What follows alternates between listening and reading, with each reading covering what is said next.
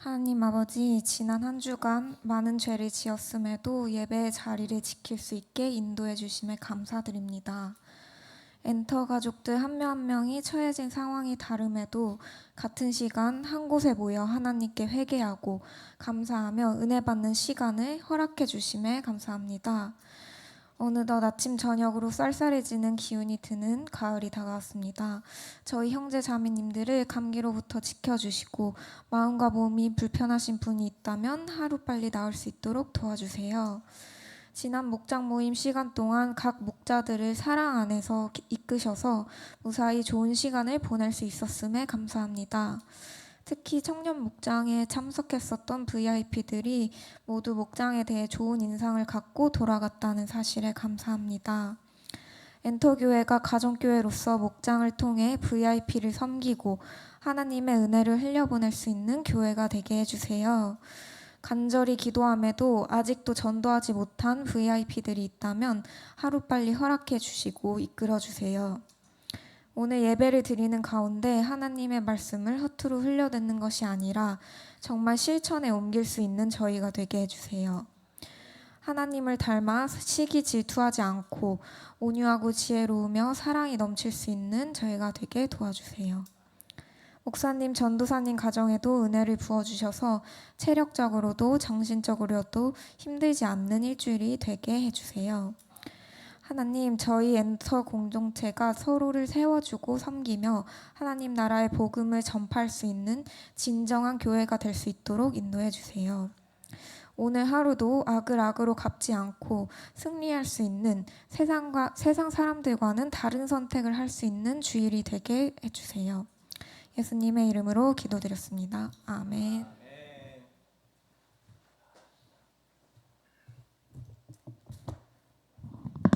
다 같이 일어나셔서 하나님의 말씀을 함께 읽도록 하겠습니다. 자, 사도행전 2장 1절서부터 21절 우리가 함께 볼 건데요. 네, 제가 추린 본문만 함께 읽도록 하겠습니다. 자, 시작.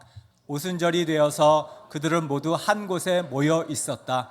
그때 갑자기 하늘에서 세찬 바람이 부는 듯한 소리가 나더니 그들이 앉아 있는 온 집안을 가득 채웠다. 그리고 불길이 솟아오를 때 혓바닥처럼 갈라지는 것 같은 혀들이 그들에게 나타나더니 각 사람 위에 내려앉았다. 그들은 모두 성령으로 충만하게 되어서 성령이 시키는 대로 각각 방언으로 말하기 시작하였다. 베드로가 11사도와 함께 일어나서 목소리를 높여서 그들에게 엄숙하게 말하였다.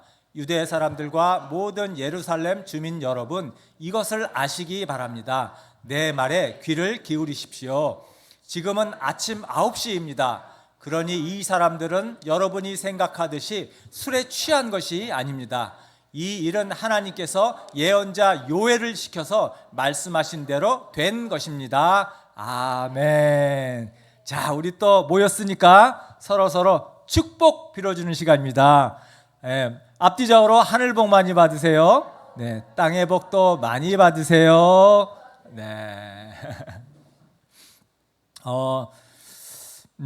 시작하기 전에 오늘 성령에 대해서 우리가 함께 나눌 건데요. 또 성령의 은혜를 제가 어제 체험했기 때문에 간증 잠깐 하려고 합니다.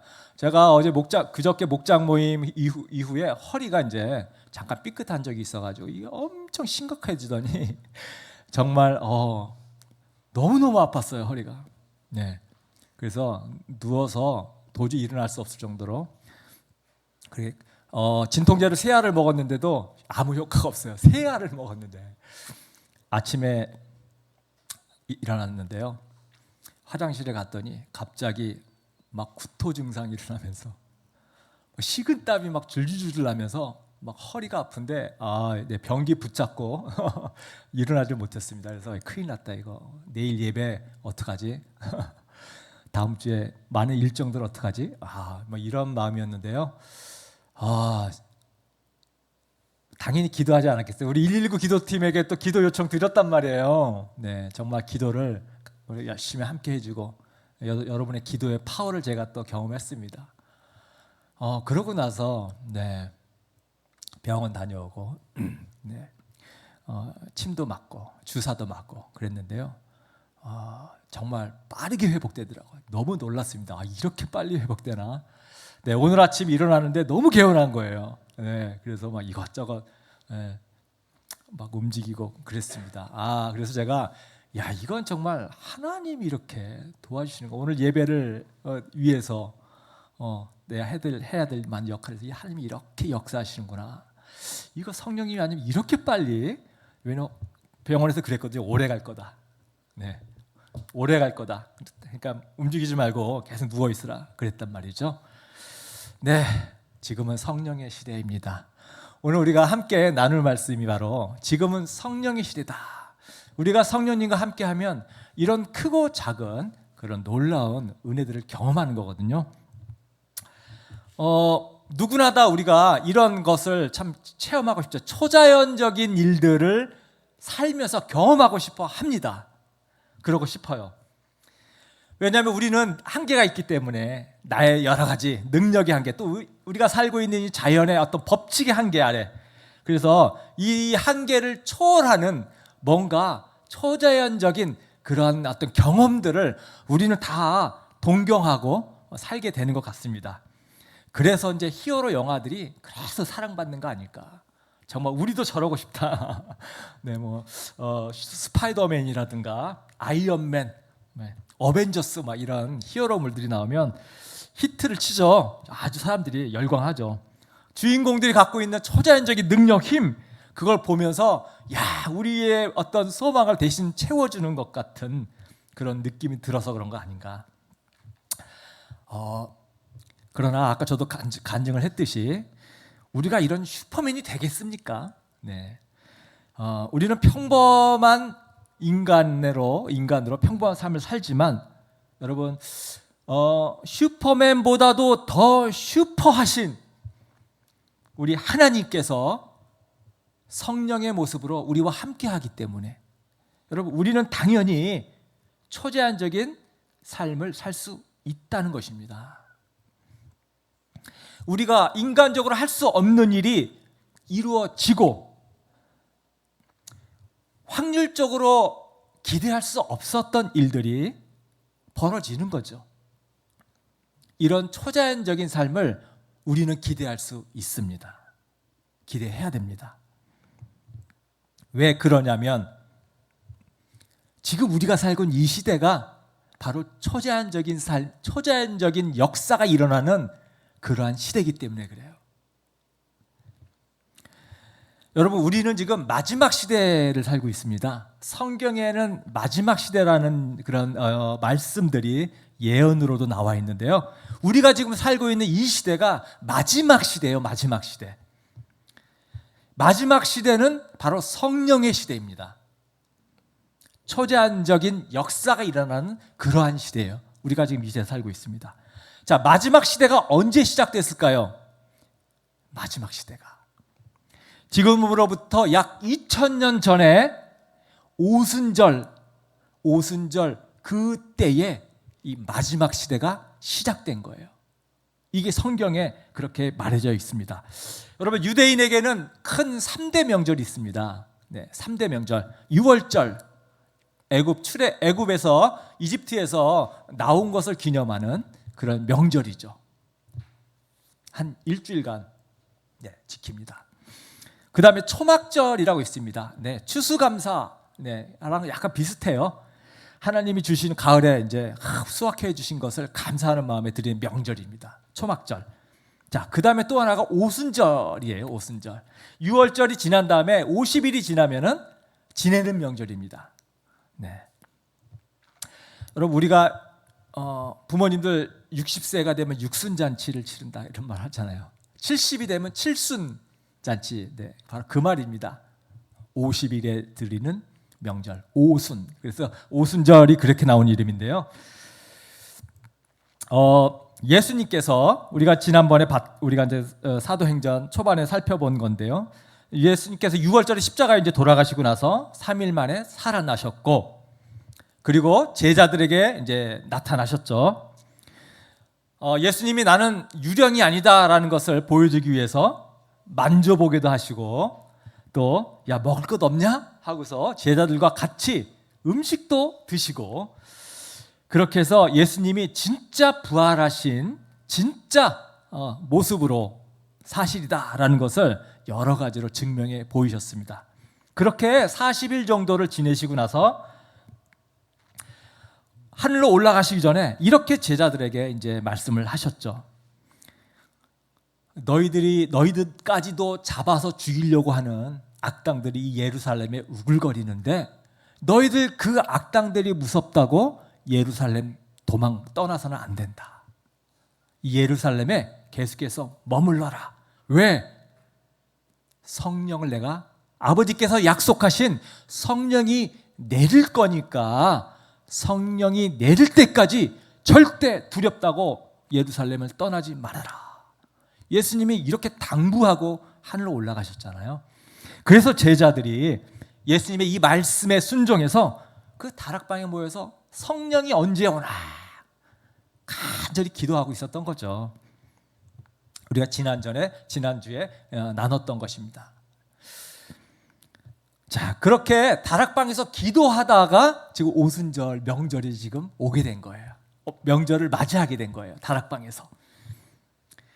바로 이 오순절 이 명절에 성령님이 바로 내려오신 거거든요. 성령이 내리는 장면이 이제 2장 1절에서 4절까지 쭉 묘사가 되어 있는데 보면은 갑자기 바람 소리가 휙 하고 큰 바람 소리가 들렸다 그러죠. 그리고 그 소리가 방 안에 아주 가득 채웠다 그랬습니다. 그리고 나서 불에 갈라지는 듯한 혀처럼 갈라지는 듯한 불이 각 사람 머리 위에 내렸다 이렇게 묘사하고 있어요. 아마 제자들을 위해서 예수님의 시청각 교육을 위한 그런 효과를 이렇게 증명해 주신 것 같아요. 제자들 머리 위에 이 성령의 불이 내리게 됐습니다. 자, 이게 바로 예수님 이후에 처음으로 성령이 내린 바로 모습이었어요. 성령이라는 말은 히브리 말이잖아요. 성령 히브리 말로 숨, 호흡 이런 뜻입니다. 숨, 호흡. 또 바람으로 또 번역되기도 해요. 자, 성령이 내릴 때 이상한 일들이 벌어졌는데 입을 열어서 막 말을 하기 시작하는데요. 자기들이 사용하는 말이 아닌 다른 나라 말을 하기 시작하는 거예요. 근데 한 번도 배우지 않았는데 내가 그 나라 말을 배우지도 않았는데 그 나라 말을 유창하게 하는 거예요. 신기하죠? 한 번도 배운 적이 없는데 제가 막 불어를 막 합니다. 막 독일 말을 하고 일본 말을 하고 뭐 본인도 깜짝 놀라고 주위 사람들도 뭐 깜짝 놀랐겠죠. 본문을 가만히 읽어보면 15개국, 15개국 이상의 다른 나라 언어가 막 동시에 방언으로 막 나온 것들이 묘사되어 있어요. 예, 방언 이렇게 얘기를 하고 있습니다. 자, 우리가 이제 방언에 대해서 굉장히 호기심을 가지고 궁금한 것이 많은데 오늘 이 지금 사도행전의 2장에 나오는 이 방언에 대해서 이 장면을 읽으면서 방언에 관한 몇 가지 의문을 우리가 갖게 되는 것 같습니다. 어떤 의문이 있냐? 지금도 이 오순절에 내렸던 방언처럼 전혀 배우지 않은 언어를 할 수 있나? 지금도 그럴 수 있나? 이런 그 의문을 갖죠. 다른 나라 배우지도 않았는데 다른 나라 언어를 방언으로 할 수 있나? 이거 2000년 전에만 한시적으로 일어났던 거 아닐까? 여러분들 어떻게 생각하십니까? 네, 지금도 이러한 현상은 곳곳에 많이 일어나고 있습니다. 곳곳에 많이 일어나고 있어요. 제가 이 책에 있었던 글을 하나 여러분들께 소개할게요. 미국의 플러 신학교의 선교학 교수이면서 세계적인 신학자입니다. 피터 와그너라고 하는 분. 이분이 쓴 책에 이런 간증이 들어있어요. 제임스 토마스라는 선교사 이야기입니다. 제임스 토마스. 선교 활동을 하면서 교회를 세우고 조그만 교회를 개척을 했는데 어느 날 부흥회를 열었어요. 그리고 부흥 강사님을 이제 초대했습니다. 벤 소터라는 목사님을 초대해서 부흥회를 했어요. 어느 날 저녁에 소터 목사님의 말씀을 전하다가 갑자기 말씀을 떡 중지하는 거예요. 갑자기 사람들이 집중이 확 됐겠죠. 네. 설교 중에 말을 멈추니까 도대체 무슨 말을 하려고 그러지? 왜 그러지? 어떻게 된 거지? 네. 그러다가 소토 목사님이 입을 열어서 말씀하시는데 하나님께서 오늘은 내가 설교하지 말고 담임 목사님인 토마스 목사님이 설교하라고 그러십니다. 그런데 스페인어로 설교를 하라고 하십니다. 이랬다는 거예요. 그리고는 들어와서 앉아버렸대요. 그러니까 토마스 목사님이 막 얼쩔 줄 몰라, 쩔쩔매면서 얼쩔 줄 몰라 했습니다. 왜냐하면 스페인어를 모르거든요. 고등학교 때 잠깐 스페인어를 외국어로 공부한 적이 있는데 놀았으니까. 그런데 지금 하나님께서 당신으로 하여금 스페인어로 설교를 하라고 합니다. 이런 상황이니까 야, 얼마나 쩔쩔맸겠어요. 그래서 이제 통역을 하기 위해서 통역사를 부르려고 하니까 소터 목사님이 고개를 저으면서 아닙니다. 당신이 해야 됩니다. 이래버린 거예요. 그 순간 주보에 스페인 언어로 광고가 있었대요. 그래서 그 광고를, 주보에 있는 광고를 떠듬떠듬 읽기 시작한 것입니다. 그렇게 떠듬떠듬 읽기 시작하는데 갑자기 혀가 풀리면서 유창하게 스페인어가 나오기 시작하더래요. 스페인어도 나라마다 그 독특한 억양과 악센트가 있다고 하는데 완전한 억양과 악센트로 유창한 스페인어를 하고 있다는 것입니다. 이런 간증이 제임스 토마스 피터 와그너의 책에 이런 간증이 들려 있어요. 여러분 이런 것들 읽으면 안 믿어지죠. 저도 이런 경험 한번 있습니다.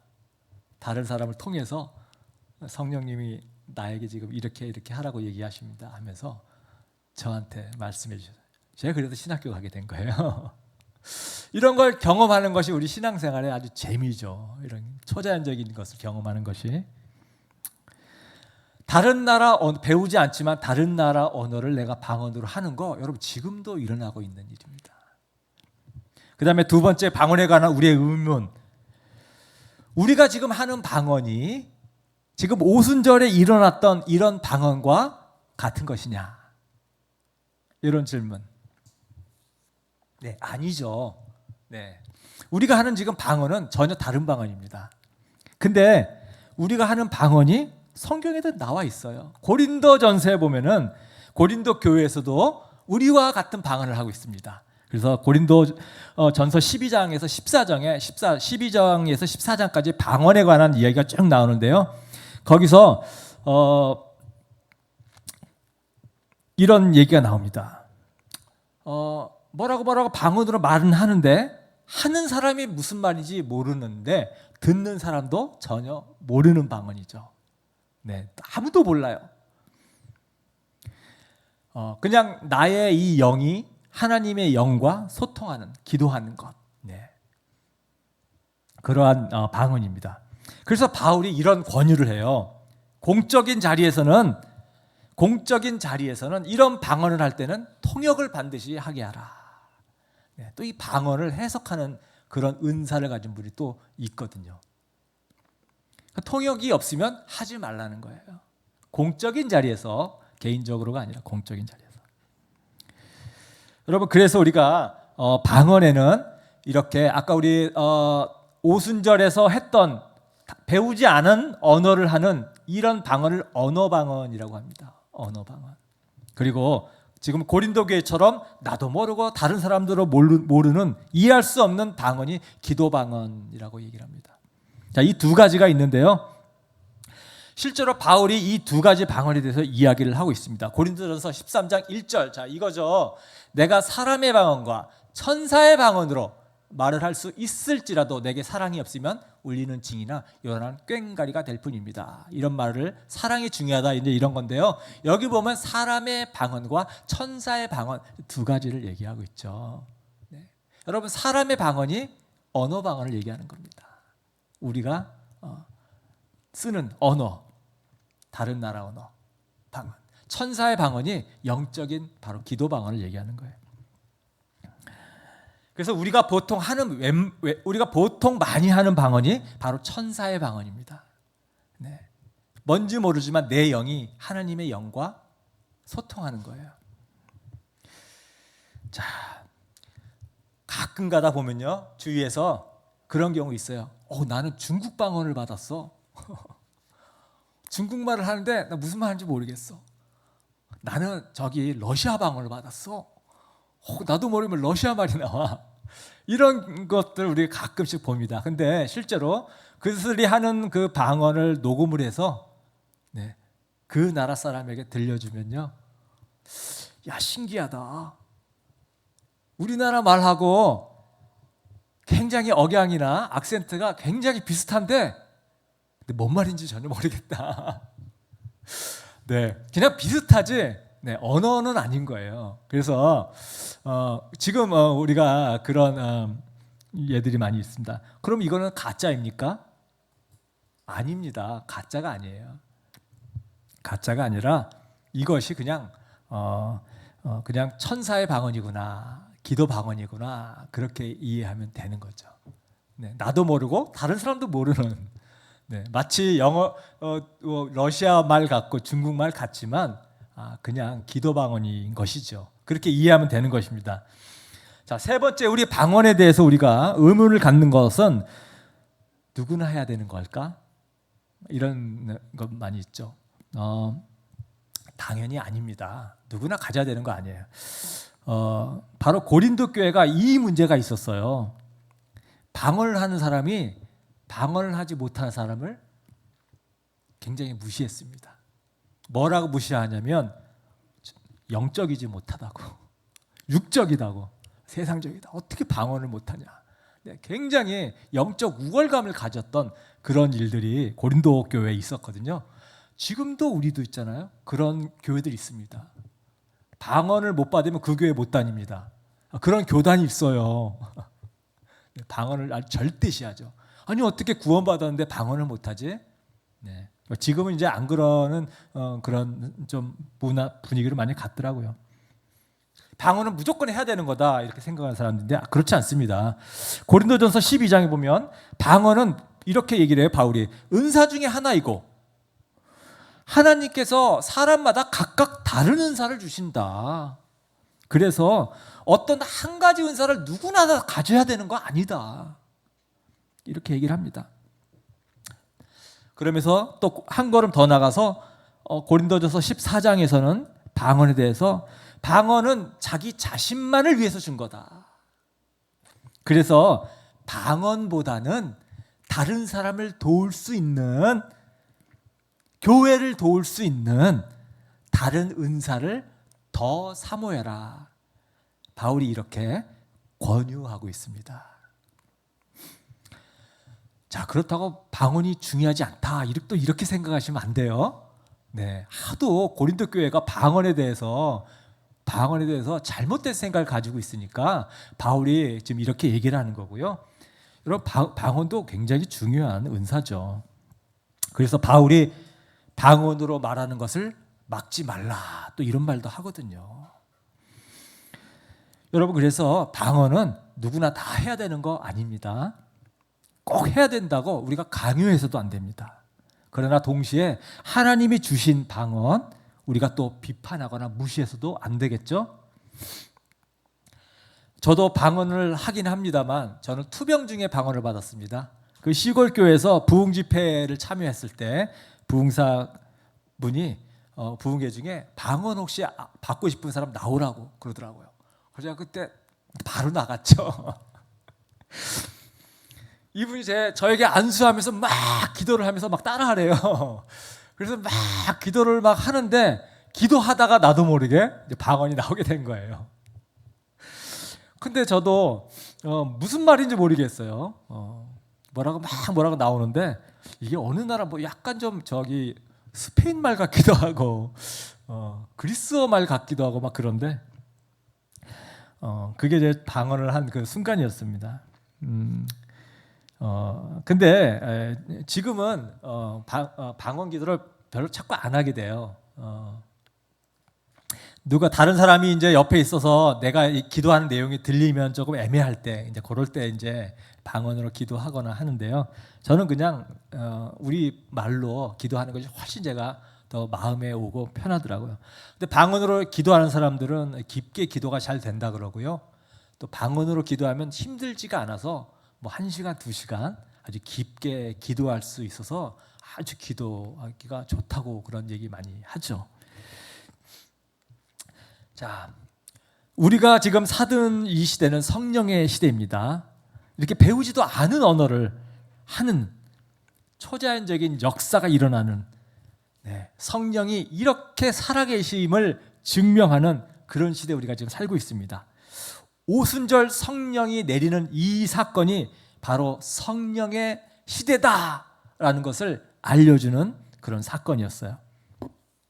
우리가 다시 본문으로 이제 돌아와서 자, 오순절 3대 명절 중에 하나. 여러분, 지금 오순절 3대 명절이기 때문에 예루살렘에는 지금 수많은 유대인들이 명절을 지키기 위해서 왔겠죠. 전 세계에 흩어져 있는 유대인들이 지금 다 예루살렘에 몰려왔겠죠. 명절을 지키기 위해서. 자, 그런데 지금 다락방에서 집단으로 모여있는 제자들 120명까지 불어났잖아요. 120명까지.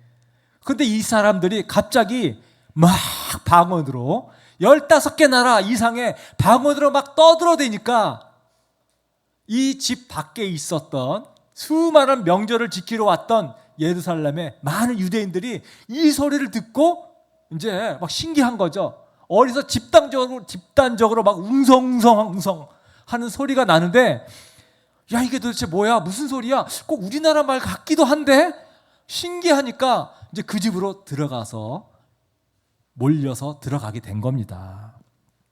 그런데 들어가서 보니까 아니 갈릴리 사람인데 자기 나라 말을 유창하게 하고 있는 모습들이 이제 보이는 거예요. 깜짝 놀라는 거죠. 이 모습을 본 외부 사람들의 반응은 두 가지로 갈립니다. 한쪽은 야, 신기하다. 야, 이게 어떻게 된 거야? 우리나라 말을 하네. 신기해하는 그룹. 자, 또 한 그룹은 13절에 그렇게 나와요. 야, 저 술 취했다. 대낮부터 술 마시고 뭐라고 막 자기네 나라 말이 아닌 그 말을 하면 이제 전혀 모르는 말이니까 야, 대낮부터 얘네도 술 마셨네. 술 취했네. 이렇게 조롱하고 냉소하는 그룹. 두 그룹이 있었습니다. 그러니까 베드로가 이 냉소하는 사람들의 이 말을 듣고 일어나서 이렇게 설명을 하는 거예요. 지금이 아침 9시다. 누가 아침부터 술을 마시느냐. 우리가 그렇게 술에 취할 수 없다. 지금 아침 9시다. 지금 이러한 일이 벌어지는 것은 이게 바로 요엘 선지자가 예언한 거 지금 이루어진 거다. 이런 얘기를 하고 있습니다. 요엘의 예언이 성취된 거다 얘기를 하고 있는 거예요.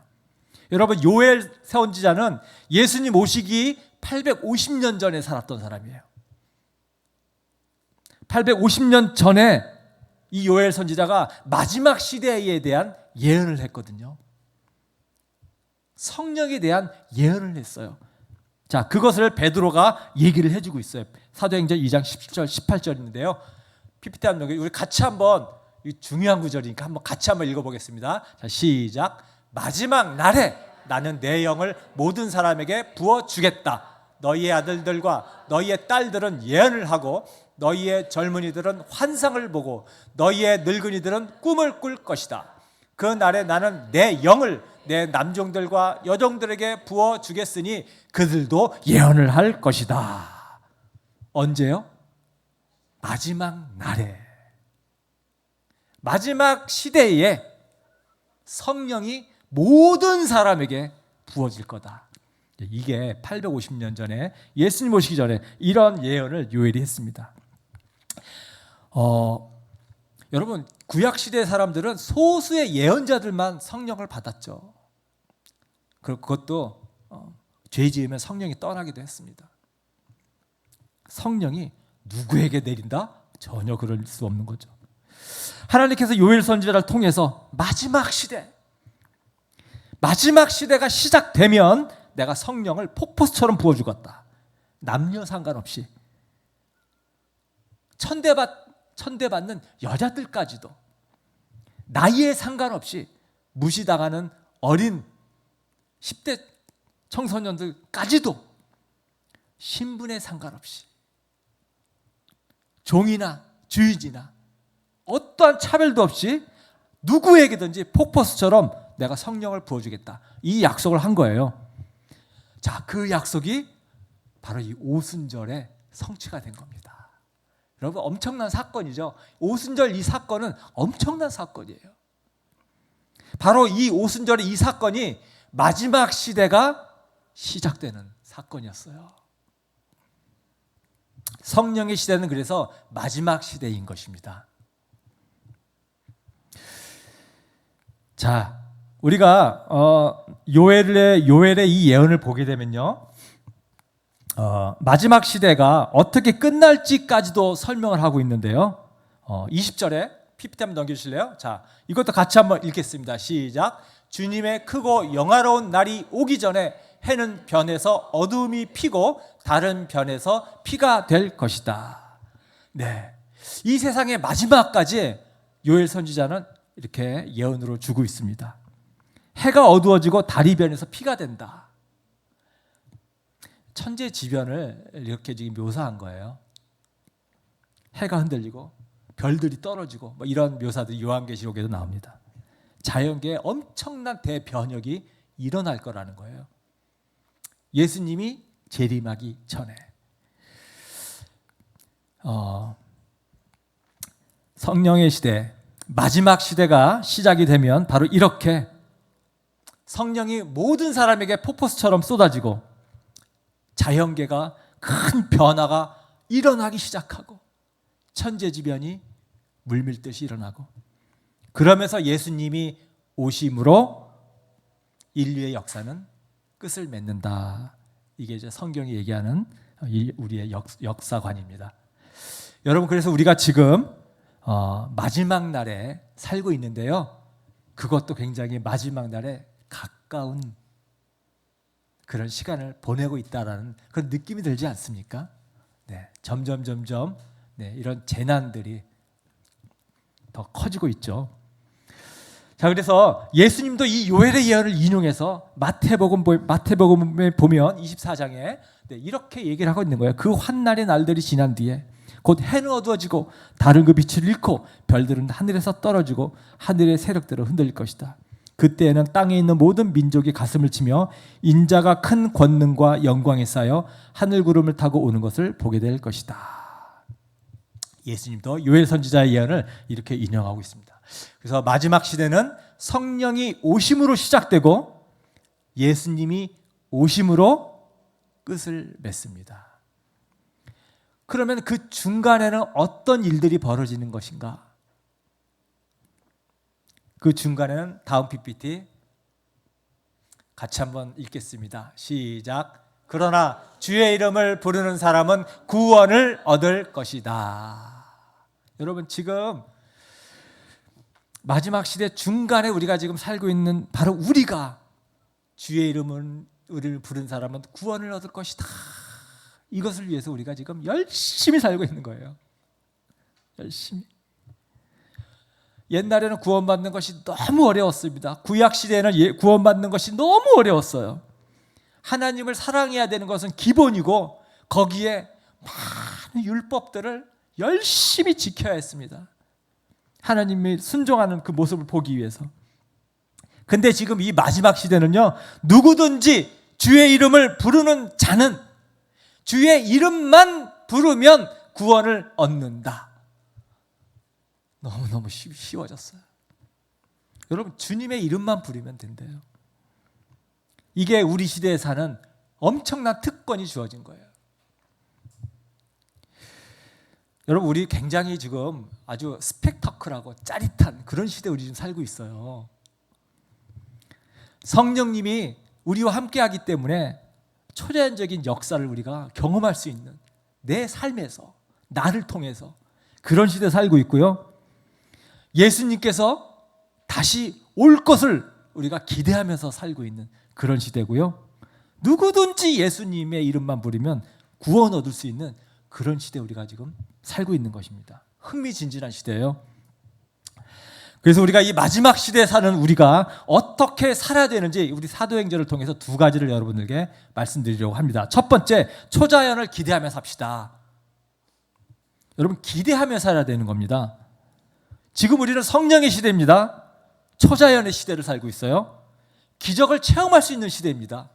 그날이 오면 너희들이 누구든지 나를 경험하여 알 것이다. 네, 그렇게 예언했잖아요. 그런데 이러한 초자연적인 역사를 경험하려면요, 여러분, 믿거나 기대하지 않으면 절대 이루어지지 않습니다. 여러분, 기대해야 돼요. 기대해야 돼요. 믿어야 돼요. 믿어야 돼요. 여러분, 하나님 음성 듣기 원하시죠? 그럼 당연히 하나님이 나에게 음성 들려줄 것을 내가 믿고 기대해야 돼요. 그래야 들을 수 있어요. 그렇지 않으면 못 듣습니다. 기대감이 없는데 어떻게 듣겠어요? 여러분, 기도 응답 받기 원하시죠? 내가 기도하고 나면 어떻게 나에게 응답될지 믿고 기대해야 돼요. 그래야 응답이 오는 겁니다. 그러지 않으면 응답 못 받습니다. 그래서 우리가 이러한 기적을 베풀어 주실 것을 믿고 기대해야 됩니다. 하나님은 우리가 할 수 없는 것을 하실 수 있고, 없는 것도 있게 하시고 있는 것도 없게 하시는 그런 하나님입니다. 우리 기대치를 높이셔야 됩니다. 올해 우리 교회 표 성령의 메이자, 성령의 메이자. 지금이 성령의 시대이기 때문에 좀 성령이 확 그냥 주도하는 그런 교회 성도님들이 됐으면 좋겠다. 그런 바람으로 오늘 표로 삼았는데요. 진짜 여러분 모두가 성령에 압도되어져서 정말 초자연적인 그런 역사를 경험하는, 체험하는 그런 모두가 되셨으면 정말 좋겠습니다. 자, 두 번째, 마지막 시대 우리가 어떻게 살아야 되는가? 여러분, 전도하며 살아야 됩니다. 여러분, 마지막 시대에는 전도하며 살아야 돼요. 가장 중요한 우리의 사명이에요. 여러분, 우리 언제 인생 끝날지 모르는 거죠. 마지막 시대는 여러분, 이 세상이 언제 끝날지 사실 모르죠. 누구나 주의 이름을 부르면, 이름만 부르면 구원을 얻는다고 하는데 이 시대가 언제 끝날지 정말 모르는 시대에 살고 있습니다. 언젠가는 우리가 주님의 이름을 불러도 구원받을 수 없는 그런 날이 올 거예요. 하나님을 만나고 싶어도 만날 수 없는 날이 오지 않겠어요? 예수님을 믿고 싶어도 믿을 수 없는 날이 옵니다. 언제 올지 몰라요. 여러분, 그래서 전도하며 살아야 됩니다. 지금 우리 시대가 아까 얘기했지만 성령의 시대라고 제가 얘기했잖아요. 마지막 시대는 성령님의 시대다 이렇게 얘기했잖아요. 여러분, 그게 무슨 말이냐면 지금 우리 시대는요, 성령님이 강력하게 역사하는 시대인 거예요. 이 시대가 그래요. 그래서 사람들이 믿을 준비가 되어 있는 시대예요. 왜? 성령이 역사하고 있기 때문에 그렇습니다. 마음속에, 지금 사람들은 마음속에 신을 막 만나고 싶어해요. 자기를 구원해 줄 어떤 존재를 간절히 사모하고 있는 시대입니다. 그게 뭔지 몰라요. 그 욕구가 지금 사람들에게 심겨져 있어요. 여러분, 그래서 지금 우리 마지막 시대는요, 여러분, 씨 뿌리는 시대입니까? 지금은 추수할 시대예요. 여러분, 지금은 열매를 거두는 시기입니다. 수확의 시대입니다. 그래서 예수님께서도 마태복음의 4장 35절에 이렇게 얘기를 했어요. 들어보세요. 눈을 들어서 밭을 보아라. 이미 곡식이 익어서 거둘 때가 되었다. 예수님 시대에 이미 곡식이 익어서 거둘 때가 됐대요. 그럼 벌써 2000년이 지난 지금은 얼마나 더 익었겠어요. 자, 마태복음 9장 37절, 38절에도 이렇게 말씀하십니다. 자, 추수할 것은 많은데 일꾼이 적다. 그러므로 너희는 추수하는 주인에게 일꾼들을 그의 추수밭으로 보내시라고 청하여라. 자, 이 마지막 시대, 성령의 시대는 추수하는 시기인데 여러분, 일꾼이 없대요. 일꾼이, 추수할 일꾼이 적다. 여러분, 일꾼이 없는 게 아니에요. 일꾼 많아요, 사실은. 전도하는 사람이 없다는 얘기예요. 여러분, 크리스찬 중에 정말 전도의 마음 갖는 사람 얼마나 있을까요?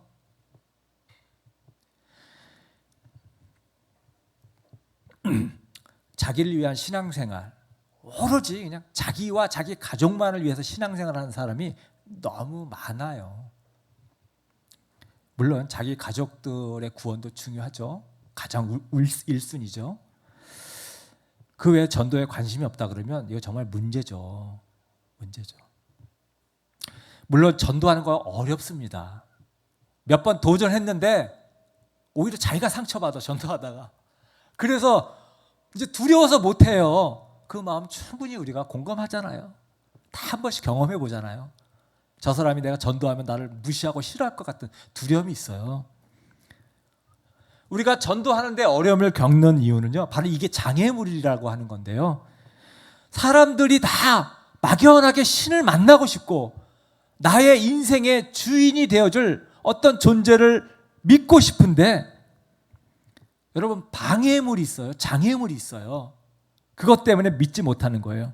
그것 때문에 우리가 전도를 하려고 해도 못 믿습니다. 그래서 여러분, 우리의 역할은 예수님을 믿도록 전도하기 전에 그 사람의 장애물을 제거해 주는 거예요.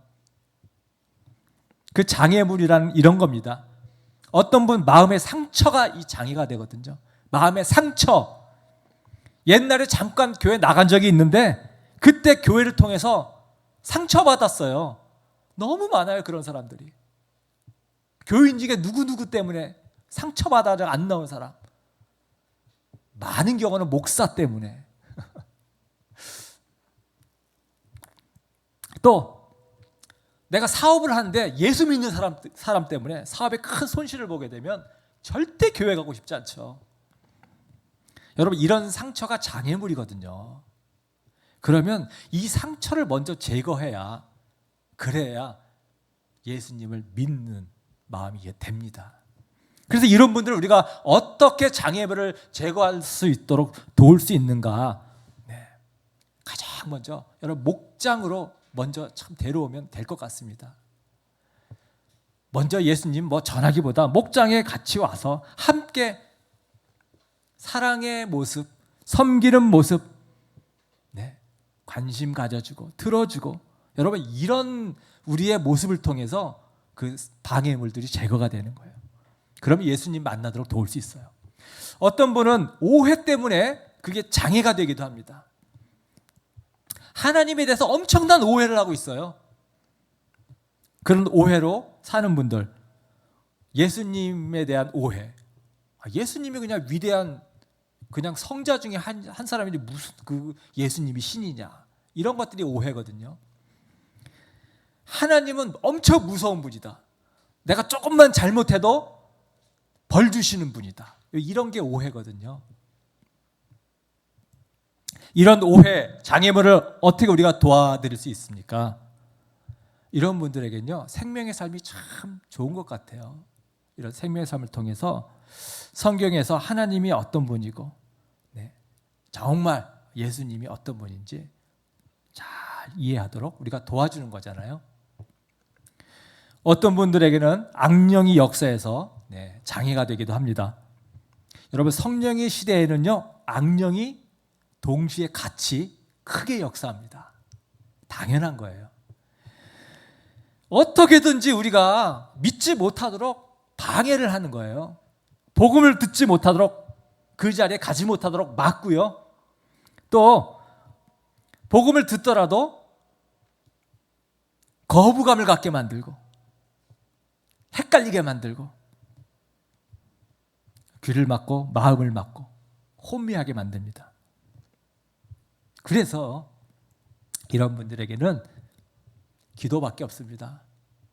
기도로 계속해서 악령을 물리치도록 마음속에 있는 거부감을 제거해 주셔서 교회 나오게 해주십시오. 그 귀를 막는 악령들 제거해 주십시오. 복음이 귀에 들어가게 해주십시오.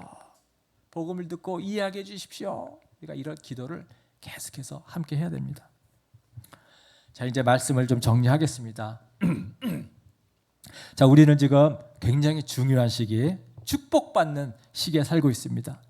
성령님 폭포수처럼 누구에게나 임할 수 있는 성령의 시대, 초자연적인 일들을 우리가 경험하고 체험할 수 있는 시대에 살고 있습니다. 이런 특권을 우리가 기억하시고요. 나도 이러한 초자연적인 삶을 살겠다. 여러분 이런 각오를 여러분 하셔야 됩니다. 나의 능력과 한계를 벗어난 삶을 살 수 있다는 거 여러분 믿으시고요. 그것을 기대하시고 그리고 기도도 하시는 여러분 모두가 되셔야 됩니다. 여러분 자꾸 거부하고 안 믿으려면요. 전혀 그런 일 안 일어납니다. 그리고 우리 전도해야 됩니다. 예수님 곧 오신다 그랬는데요. 벌써 2000년 전서부터 늘 했던 말입니다. 이렇게 2000년까지 올 줄 몰랐어요. 진짜 오실 것 같다 하는 느낌이 지금 듭니다. 이제 정말 예수님 곧 오실 것 같아요. 그러지만 정말 우리 뒤로도 또 2000년 동안 네, 예수님 안 오실지도 몰라요. 그죠? 오늘 오실지 내일 오실지 모르지만 여러분 이런 것과 상관없이 예수님은 반드시 오시죠.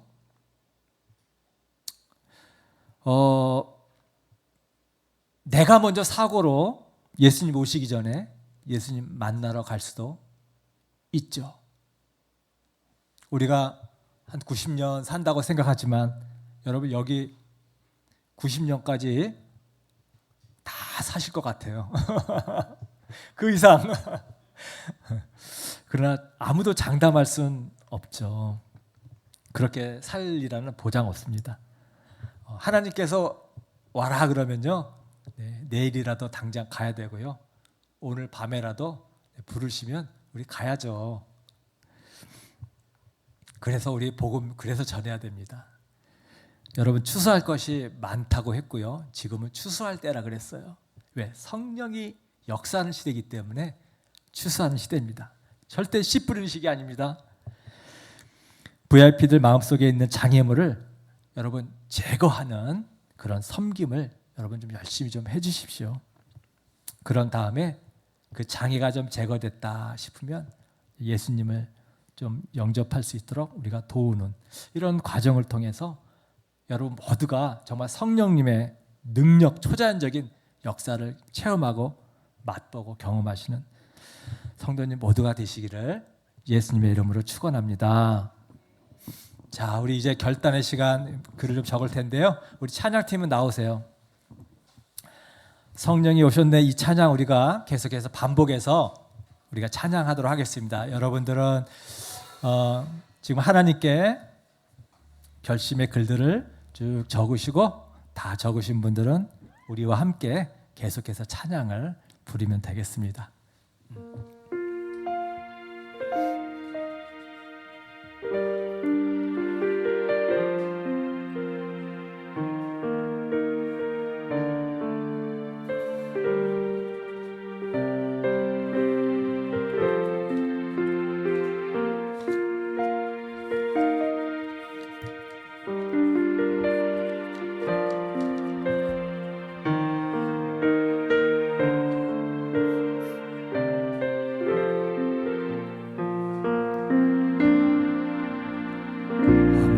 시절 지날 때 깊은 한숨 내쉴 때 그런 풍경 보시며 안식하는 분인데 고와 같이 너희를 버려두지 않으리 지금과 영원히 함께하리라.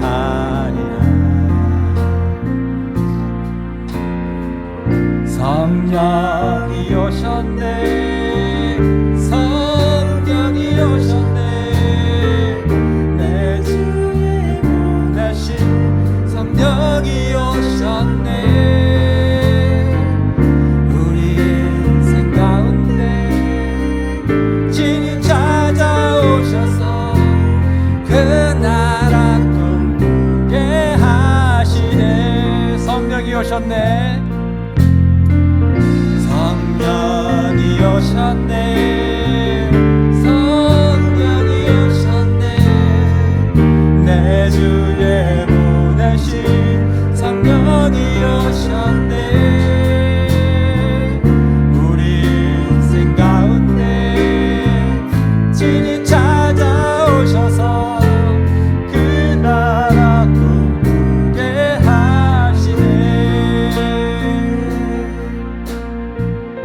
억눌린 자가 진짜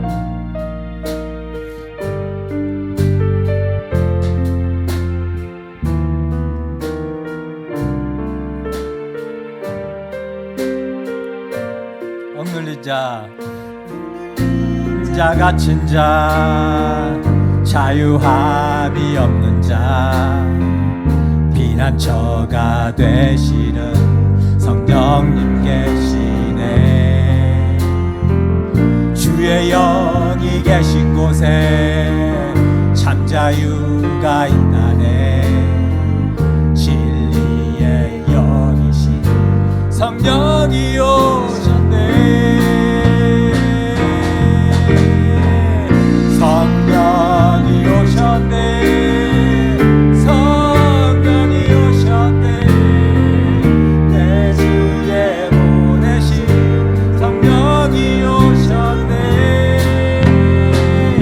우리 인생 가운데 친히 찾아오셔서 그 나라 꿈꾸게 하시네 성령이 오셨네 성령이 오셨네 성령이 오셨네 내 주에 보내신 성령이 오셨네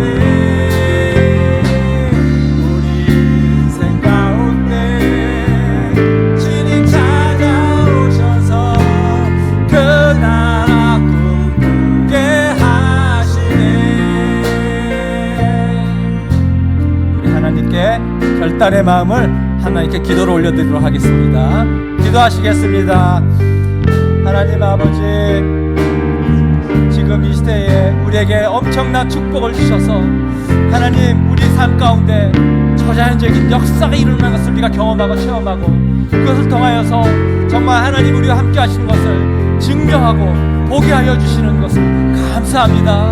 하나님 우리가 이것을 사모하고 정말 기대하며 내 삶 가운데 일어날 것을 믿고 날마다 성령님의 은혜를 경험하며 사는 그러나 우리 모두가 될 수 있도록 도와주시옵소서. 우리 마음속에 있는 거짓과 의심의 마음을 거두게 하여 주시고 정말 믿음으로 반응하여 주님의 뜻에 합당한 정말 놀라운 일들을 이루는 하나님의 귀한 자녀들 모두가 될 수 있도록 하나님 도와주시옵소서. 하나님 그리하여서 하나님 초자연을 기대할 뿐만 아니라 하나님 이 복음의 말씀을 모든 사람들에게 전하는 정말 복음의 사람이 될 수 있도록 도와주시옵소서. 전도하는 자가 되어 주시옵소서. 그래서 우리가 하나님 전도를 게을리하지 않고 하나님 그들에게 정말 장애물이 되어져 있는 많은 오해와 편견을 우리가 깨기 위해서 하나님 복장을 열심히 섬기고 하나님 또한 교회를 열심히 섬기고 하나님 정말 우리 VIP들에게 하나님 걸음 한 걸음 다가가서 사랑과 성심으로 아버지 열심으로 그들을 섬기고 아버지 행동으로 옮겨서 아버지 장애물을 제거하고 정말 예수를 믿는데 한 걸음 더 나아올 수 있도록 우리를 사용하여 주시옵소서.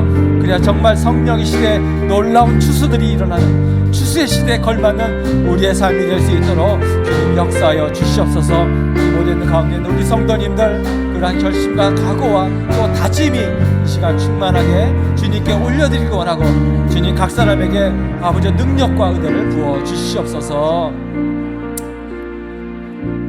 하나님 아버지, 이 마지막 축복의 시대에 살게 해주셔서 감사합니다. 정말 이 시대에 우리가 태어나게 해주셔서 믿는 분들을 서로서로 우리가 알게 하시고 그들을 믿지 않는 사람 전도를 통해서 또 믿게 하여 주시고 천국의 소망 가운데서 하루하루 우리를 변하게 해주셔서 감사합니다. 주님, 우리 성도님들의 기대감을 높여주시옵소서. 우리 성령님께서 큰 일을 이루실 것이라는 기대를 가지고 기도하게 해 주십시오. 믿음을 갖고 기도하게 해 주십시오.